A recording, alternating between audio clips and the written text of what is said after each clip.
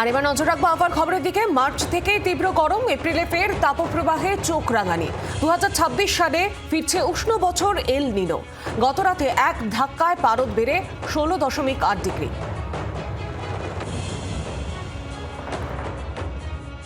চলতি মরশুমে প্রথমবারের জন্য কলকাতায় রাতের পারদ প্রায় 17 ছুঁই।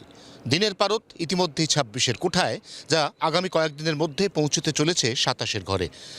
জানুয়ারির শেষ এবং ফেব্রুয়ারির শুরুতেই যদি দিনের সর্বোচ্চ তাপমাত্রা 27-এর ঘরে পৌঁছয়, তাহলে নিশ্চিত করেই মার্চ মাসে দিনের এই পারদ 32 বা 34-এর ঘরে পৌঁছবে এবং মার্চের শেষ লগ্ন থেকেই তীব্র গরমে আবারও হাঁসফাঁস করার ইঙ্গিত মিলছে আলিপুর আবহাওয়া দপ্তরের তথ্য থেকে। তার কারণ 2026-এ আবারও ফিরছে উষ্ণ বছর এল নিনো। এল নিনো উষ্ণ বছরের প্রভাব 2024-এ বিলক্ষণ দেখা গেছে, যেখানে এপ্রিল মাসেই কলকাতা উপর্যুপরি 3 দিন তাপপ্রবাহের কবলে পড়েছিল।